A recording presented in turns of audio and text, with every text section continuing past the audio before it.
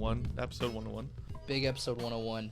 I think trying my best to grapple with the idea of not letting the cope that is the late Gabe equalizer against Orlando, and then kind of that huddle in the middle of the field with Thiago yelling at everybody, pointing each person out individually and everything, sway what I felt like I wanted to talk about before the Orlando game happened, because it was bad. Yeah, man. I mean, bad. it was for me. It was definitely a damper for my vacation. Like that. It was definitely the only downside of vacation for me was this team just sucking it up. Mm-hmm.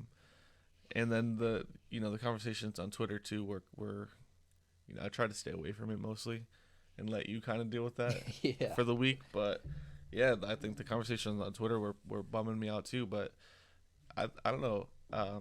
Obviously, you don't want to put too much weight in one thing. We've tried to, use the Goody free kick as like a moment and a turning point and a, something to look back to and try to relate in different seasons. I don't think it's that. I think it's way too early in the season really to have a moment like that. But at least as far as this skid that we've been on, I do feel like this moment is, at the very least, a very positive thing. Mm-hmm. And yeah, I mean, I think it functions as a Goody free kick moment just to get us out of this slump that we're in. Right. I mean, and I feel like it comes at a tough time too, right? Because there's something to say with the 10-day break coming up that, ideally, if we could go again on the weekend, right, like we rolling want to. right off of this, like that would be ideal. That'd be, what the players are maybe looking to do, and maybe not too, because there was a number of dudes out there that were sucking wind by the end of the game. I mean, that's to happen when you play 4 games. I mean, Keaton looked like he couldn't even. I mean, he literally couldn't accelerate. Yeah. I think at the end of the game, he's being carried by teammates. Letting balls roll past him. So I don't know. I think we have a lot of conversations about breaks on this show, and typically we're never good coming out of them. And although it's going to be back to home games, especially at Yankee Stadium, the opponents are no slouch. We have Philly, we have Cincy, who obviously just served us an L in that Open Cup game, which I don't think we've talked about on air. And then I can't remember the third team, but I knew the third team. No, I don't. But it was bad. It was like Philly, Cincinnati level of a team that we kind of have to worry about. So I guess maybe the break is Cincy good. Again. We do It play might be. Cincy again. Yeah, it could be. So it's still going to be tough. Like I said, trying not to focus on one moment, although it's the most recent that we have to kind of right the ship. But I mean, to be honest with you, I was kind of planning on coming on here had this Orlando game not really gone the way that it did at the end, and just starting a conversation about Cushing, not necessarily about Cushing out, but just I guess what our thoughts are on what does it take an FO or obviously a fan base. It takes very little. The fan base, most of it or some of it is already there. Right. But like, what does it take to start having things change? Whether that has to be conversations from the top coming down, and just in general about his like lineup decisions and stuff, because it feels like it's been bad. It's been wrong. Yeah, I mean, maybe first we'll try to start just at the beginning of this game in general, because it kind of fed into some of those conversations that we were having. Obviously, we haven't been able to watch a game together. Yep. In maybe 4 or 5 games. Well, you're 2 to 3 hours removed from a plane, literally. Right. Yeah. Literally. Yeah, I landed 2 hours ago. You watched the first half on the plane, and we watched the first goal happened on the game, and I just in the living room watched our equalizer maybe 10 minutes ago. Yeah. So, yeah, I mean, just when the lineups dropped and we were talking about it, I'm literally in the air, like I'm thinking, do I even watch this game? Like it's another, weird decisions in the beginning of a game, and we're looking at it like, are these the right decisions? It didn't prove to be correct not last week, but last game with Red Bulls. Why are we doing this again? That's what it felt like, and it felt like specifically Tavon, like why is he getting a start? if Alenic is healthy. I mean, we're at that point kind of where Alenic has won the job. Yep. So tactically, what does Tavon offer right now? Like, love the guy, love the player, love what he could be, but tactically, I just don't understand really what he offers because he used to be a lot better defensively. It seems that has tapered off, and he really doesn't offer much going forward. So it's just, I don't know, it's this weird thing. Yeah, I feel like with Tavon, I don't know. I mean, I would assume your confidence definitely takes a toll, and that has an effect on how you're playing out there. So I guess I see Cushing starting Alenic the beginning of the season. Tavon kind of takes that backseat role. He comes in once or twice. Both times he gets knocks and has to come out early, and then simply, I guess, loses confidence in his own game, in himself. And it shows itself on the field, and we saw it both against the Red Bulls and and Orlando tonight. But I then get worried that like the same thing's going to happen to Alenic. So now, right, we've put Tavon on ice early in the season to see how Alenic does. Obviously, he looks great. I don't think anybody has an answer as to why. I mean, we've just played these 4 games, and I think Alenic has seen like 90 minutes over the course of 4 games. It's just, and when he's in there, he looks night and day better than Tavon, and it's I don't want it to be a Tavon out type of thing, or any hard feelings with Tavon. That is literally one of our favorite players. yeah. Just in terms of how the team looks, it is literally night and day when one is on the field. Yeah. And Alenic is the guy that just looks better. He defends better. He just involves himself more in the play. It's not even close. Yeah. So I'm not sure how that line of decision gets made, and then I think the other big one is on the opposite side of the field, we see Kufre lose his spot to O'Toole, who, mind you, O'Toole coming in has looked much better coming in than Tavon has, taking their respective miles. Yeah, taking their replacements' roles.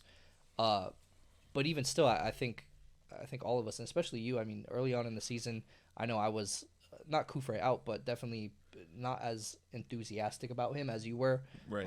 And then we go to New England, saw him live there, and definitely kind of changed my tone on it. Saw a little bit of the light from the things that you told me to look at. And then all of a sudden, also iced out of the lineup. It's weird, and it's weird because in these games that we just lost, these 4 games, Tavon and Kevin O'Toole, in some cases, especially Tavon on both goals, the Red Bulls goal and the Orlando goal tonight, like he is personally liable on both being of them. spun. Yeah, defensively spun, like just not confident defensively. And then I don't know if it was Charlotte or Cincy, but we had the one goal where whichever team it is, the guy's coming down the right wing. Kevin O'Toole is the defender. It gets played across. Sands doesn't pick it up, and the guy finishes it. And Tales obviously didn't come back to help out either. But Kevin O'Toole is the one of the major liable players in that play. I mean, even tonight, after a good performance offensively, like there's times where you see him, and the ball's going over his head, and he just looks, and he's not backtracking to try to get at it or anything. Mm-hmm. And not saying that people should be playing hero, but like just literally watching the ball go over your head is crazy to me. Mm-hmm. And that's why I, at least on the drive home from the airport while we're watching the game, we're both thinking like Kufre as left back and O'Toole as a winger seems like something that should at least be tried. Yeah. Because literally for the exact reason as to why we scored the goal. Somebody who's on the left side who's just gonna, I don't care, I'm just gonna drive this ball as hard as I can across the goal and hope somebody's doing their job and being there. Yeah. Which is what ultimately got us the draw. Tallis finally, I don't know what it was, it was like the 80th minute hit, and he was like, you know what, I'm just gonna try. I'm going to actually try, and I'm going to try to get on the ball. And when I get on the ball, I'm actually going to try to do more than just tricks. Yeah. And, well, that's the other thing. Like, so I think coming into Orlando, there was a few big storylines kind of around the pod community, and then also just generally with NYCFC. I think one of the big ones was obviously check out NYCFC Forever. If you guys haven't heard the latest episode, they talk about how a few players had approached them and mentioned that they were like upset that they weren't getting subbed. I know Matty was on the list, so it felt once the lineup dropped and Matty was starting, like, okay, this is the perfect moment where, Matty, you're gonna have to nut up or shut up respectfully. Right. If you want playing time, this is it. And I don't know, maybe Matty, because I think they said that Matty and Kufre, whoever players they were talking to, mentioned that they actually did say something to Cushing. So I guess interesting. Maybe that's a whole another conversation that players can just go to Cushing and say, "Hey, I Right. want to play," and they get to play. Apparently not If it was Kufre, apparently not. Yeah, but so Matty gets to go, and then unfortunately gets hurt. I don't think we can take very much from his 8-9 minute performance. So I don't want to psychoanalyze 9 minutes. But Imagine the confusion for a man who is in the air in a metal tube, and the connection's not great up there. There's Wi-Fi, but it's like it's your grandma's Wi-Fi. Yeah. So it literally skips from 0-0 to then a goal down, and then I see Talles running on the field. Yeah. All within like 5 seconds. And the confusion in my head, I'm like, what possibly... In my head at that point, I'm like, why didn't you just start Talles if you're going to sub him in this quickly? Yeah. But then, obviously you find out it is Matty injury. And, I think I saw him go down in the middle of the field during the choppiness. But I don't know. It was just unfortunate for him to get that injury. But like Tavon, I hate to say it, but, you've got to be at a certain level, I feel, contribution wise, for it to really matter that you're injured. And that's harsh, but it's a reality. Like, you're not good enough for me to really care. Yeah. That you're gonna miss time. You haven't equated to a goal or really any big chances. So next guy up. And it creates like another annoyance too with forcing that Talles sub. Right. We've called. I mean, everybody that's an NYCFC fan has called for Talles to get benched over the course of these last few games.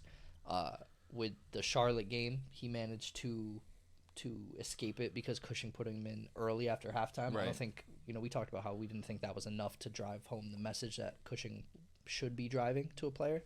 And then obviously the same thing here. I don't know if you could consider it working out a little bit just because of, I mean, he looked pretty poor. A lot of the players looked pretty poor, pretty tired the whole game. And like you said, Talles flipped that switch at the end of it. I don't know if that... I mean, there was moments where I was like literally going to record and highlight him walking. Just straight up walking, where we have the ball in a dangerous position and he's walking and he's just staring at the ball. And then he just decided that they wanted to play. And I think you're right. I don't think that the time he spent on the bench was long enough. I still don't. Even with the assist, he had a better attitude at the end of the game, but he contributed. And that was kind of what we've been talking about, is the two sides of Talles: the one that contributes, who's a happy guy and a good team player, and the one who didn't have a good game. And even if we win or draw, it doesn't matter. I'm in a bad mood. Yeah. I mean, it's interesting because I at least feel like, obviously his assist is a part of it. But it did seem like when Seagull scores that goal, it was definitely a rallying moment for the team. I think, kind of the passion that we saw from Seagull celebrating and Talles with him as well, was interesting. It was different than what I feel like we've seen before. I know, obviously, we talked about, personal accolades for Talles and GP and all that stuff. And he did get his assist, but it did seem like it was bigger. It did feel like they bought more into the kind of the team thing. And obviously, I think a defining moment we'll probably remember for a very long time. After the final whistle's blown, I don't know who spurred it. I don't know if there was any type of plan, but obviously all of the training staff, the players, the subs, Cushing, all kind of gather in the center circle. And Thiago, I don't know if I'd call it chewing people out, because it obviously has more of a positive tone to it. You could be hyping them up too. Yeah, but he's going around, he's pointing his finger. Everybody, every single person, whatever he's saying needs to be on top of their game. And when we are, this is what happens. Who knows what he's saying? Or you're just hyping them up for digging deep despite being tired and getting coming back and getting a point. Yeah. So I think very much a defining moment. I think Oh, that's for sure. that's one we'll remember for a very long time. And I'm excited to see what comes of it. It's like once again, it sucks that we have to wait so long to see the fruits of this, if they ever come, knowing how we are with breaks historically. But the only thing I also think during that, not to take away from the moment at all, is like it's Thiago doing it. Just feels weird. We obviously know that Thiago is a leader, so that's not the weird part. But the fact that it's not like a Sands who has magically been bestowed this captain's armband, seemingly against every fans or every analyst's view. Um, so it seems a little weird Even that way, but from the people that know him, yeah, you know, intimately. yeah. So a little weird, but I think at least in some of like the hype and like warm up videos, we see Sands. I think pregame typically Yeah. gets that speech going, which is good. But I do think when it's moments like that are spur of the moment, when it's Tiago doing that kind of impulsively, it really makes the leaders that are like born leaders stand out. Right. Because it's just there's something in Tiago that told him to do that. Right. Uh, I mean, he could and it have. was the perfect thing to do. Oh, for sure. Perfect. It's like it's leadership and accountability and um, everything. It's everything wrapped all together for one perfect thing. I've never been a huge fan of the saying a draw that feels like a win. That it did though. Hmm. It didn't really fill the void of all of the losses that we took in a row. Um, but it definitely felt like a positive moment, and to cap that positive moment off with words from somebody that you respect as a leader and somebody who's been through it, I think that's gonna go miles and miles and miles in the other players' heads. Hmm. And yeah, I mean, I don't know what else you can say. They dug deep and were able to, despite literally being dead tired, going in a result. Probably could have won it though. Yeah, and then I mean, so talking about Cushing too, we talked about it a little bit at the beginning. Um, for as happy and as hopeful we are at the moment, like it is still just a draw. Like you said, the draw that feels like a win kind of sucks. But we have to take into account that it is a draw, coming off the back of 4 losses, so it's a step in the right direction. But I guess I'm interested in like your thoughts. Like, how do you think? I don't know. What do you think it would actually take to have a Cushing out situation from the people that can make it happen, not just Yeah, just fans that if we ever have one loss, there will be at least one fan somewhere saying whatever right, manager out. right. Um, I'll say this though. First, Cushing's beat the allegations before. Hmm. He has, so he's already proven to this front office that despite outside pressure, despite whatever's going on in the locker room, whatever's going on with the results, that he can say, "I will fix this, and this will improve," and actually has evidence showing that he can and has. Mm. So for that reason, I don't think that he would get fired. I don't think that it would really get to a point. It would have to be very severe. It would Hmm. have to be like 12, like 10 losses, probably 12.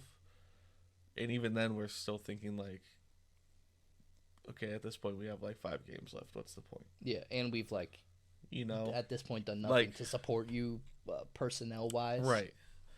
Um, And that's where I get a little bit upset. Not upset, but when you're criticizing the front office all summer long that the manager was not backed, and then you're also asking for miracles from the lineup that you said wasn't good enough. hmm Like, make that make sense to Well, me. and not only so It, like it's so reactionary. all 22 summer long we're begging and we get nothing, and then all uh, winter January off season long we're still begging and we're not getting anything other than honestly like pieces that we've already had in Santi kind of coming back. So Yeah, I mean, that's kind of where I lie too. I feel like a lot more of the blame lands on the FO for sure. You know, they kind of, at this point, have kind of hung Cushing out to dry, especially letting Tiago and letting Hebert both walk. I understand Cushing probably is a part of those decisions too. So I don't want to let the leash go on him on that one. But just, you know, when the only 9 on your roster is Segal, I mean, And he what scores are his you first goal what are today. you to do? What are you to do though? Like that most likely is not going to be a common occurrence that Segal is banging in goals. And I can almost guarantee you, like with thousands of dollars on the line as a bet, Mm.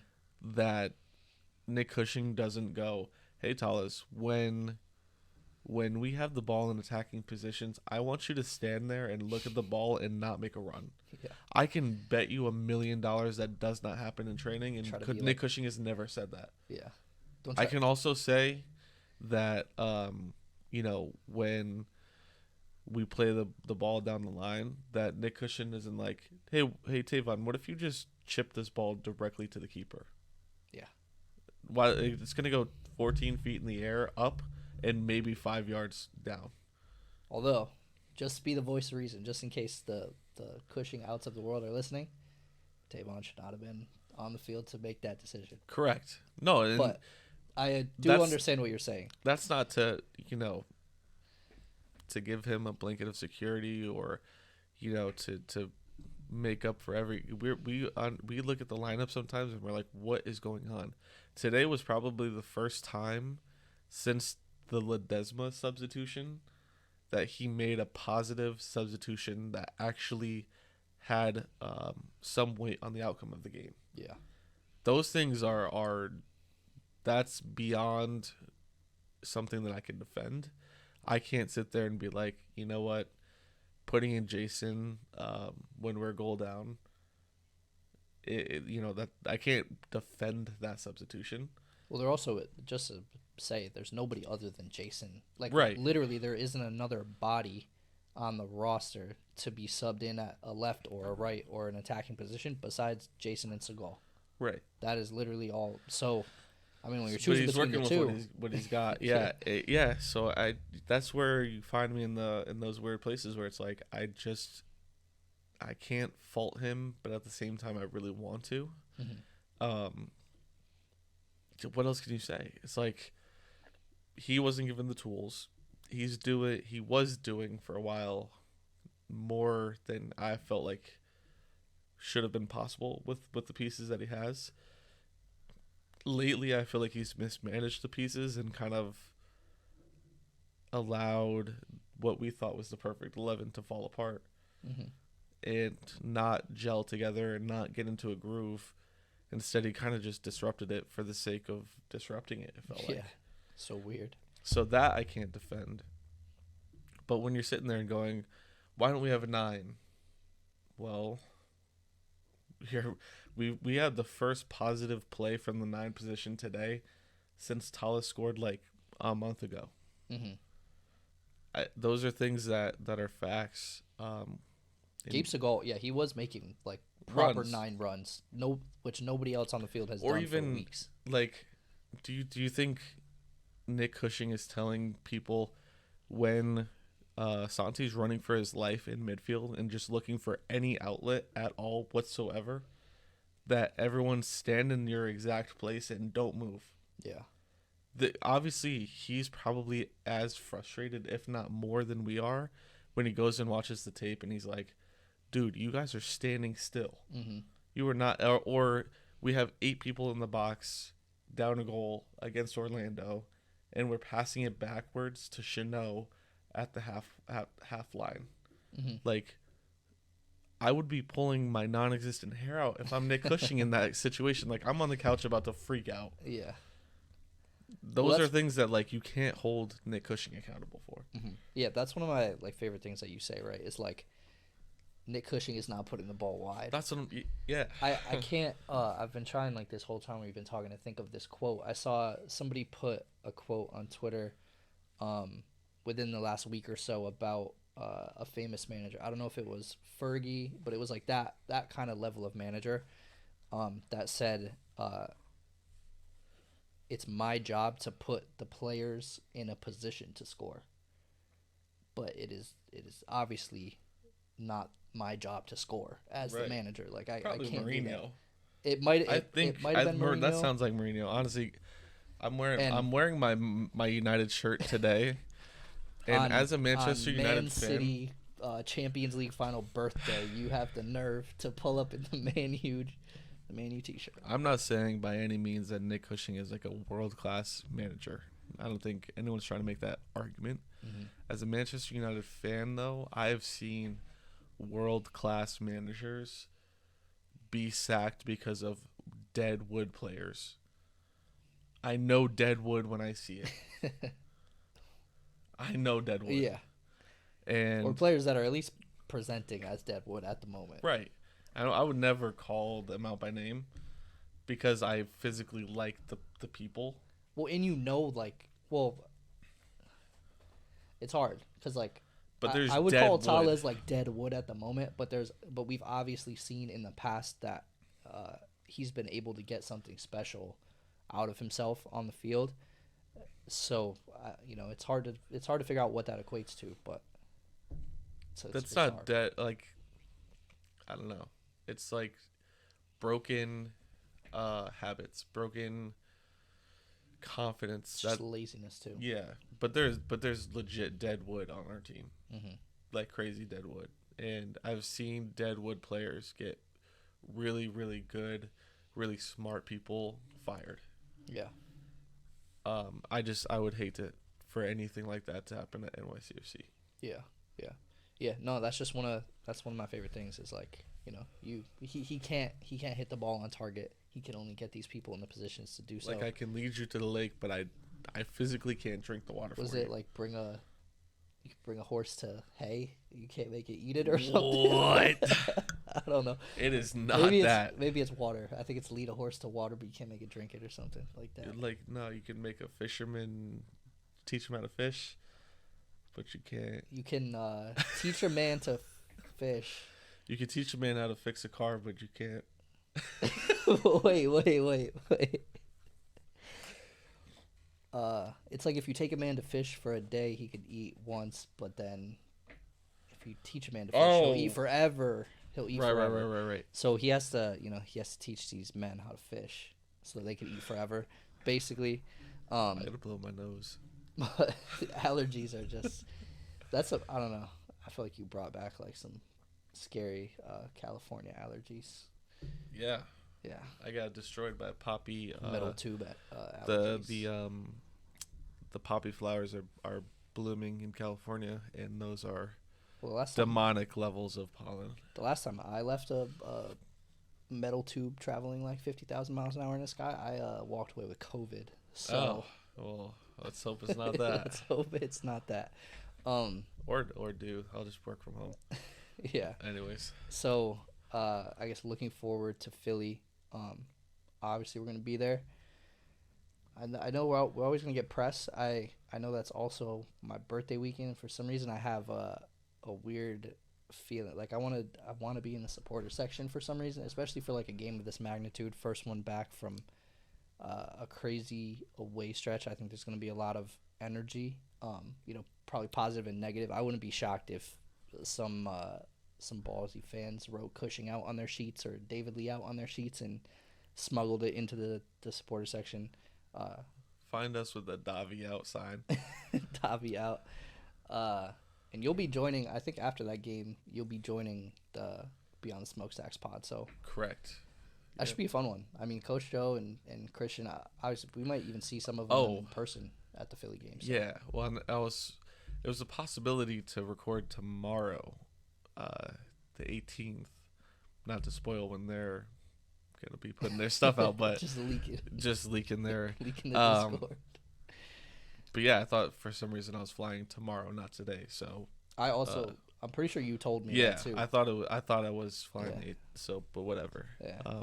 Yeah. No, I'm excited to go on there, and obviously, I don't always agree with everything that's said over there. I think that's what makes it entertaining. So yeah. So honest expectations for Philly. Big win. A big win. Like All right. 2-0 against Philly, I feel like is a good win. Yeah, that's a big win. Considering the form that they've been in and the way that they've been able to change the narrative of their season so Throw far. another L in that Philly. That I think they're up to like five or six now. So, Yep. I can't call it honestly, but a big win would be ideal. And then yeah, I mean I think that'll pretty much do it. A lot I of get to games. go blow my nose. a lot of games to pass since the last episode.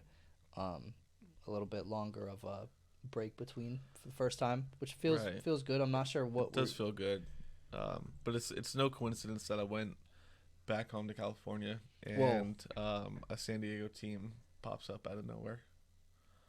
Not saying with the San Diegoans.